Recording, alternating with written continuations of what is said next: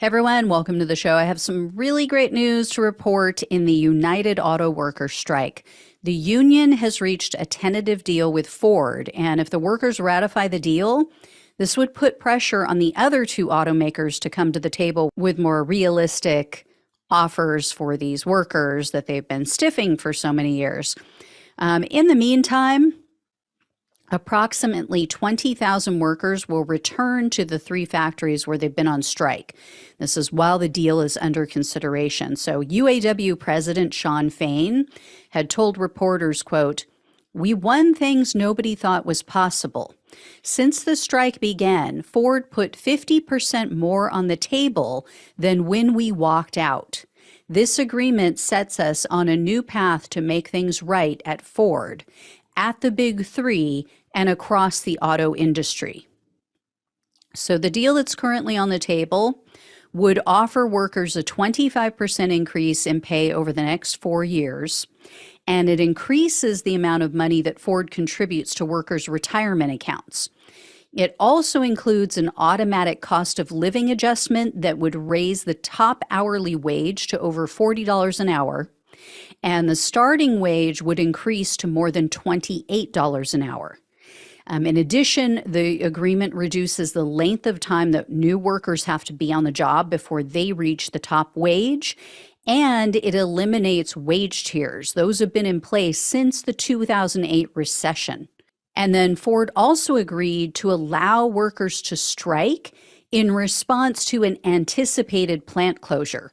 That's something that workers were really concerned about because of the transition to electric vehicles, because there's going to be a reduced need for labor.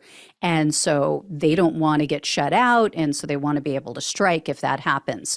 So now Stellantis and GM are going to have some difficult decisions to make.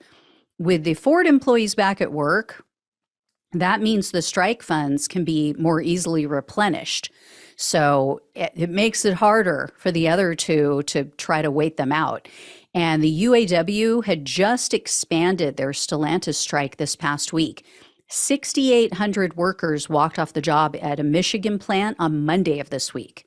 And that's at a facility that produces Ram trucks. And the union said it's one of their most profitable plants. And they called out Stellantis for having the, quote, worst proposal on the table. That's in terms of pay increases, also wages for temporary workers, cost of living increases, various other points of contention. So we'll see what happens, but this is good news for workers everywhere, because when workers at other companies see what they can now make working for Ford, it obviously places pressure on those other companies to compete, or they risk losing employees. And as the saying goes, a rising tide lifts all boats.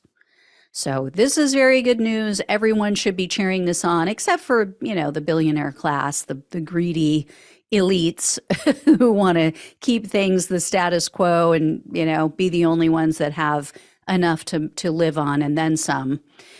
All right, I will let you all know when and if I hear more. Thank you so much for watching and listening. Please like this video, share it with everyone you know, become a subscriber if you have not, become a donor if you possibly can. Love you all. Take care. Talk with you soon.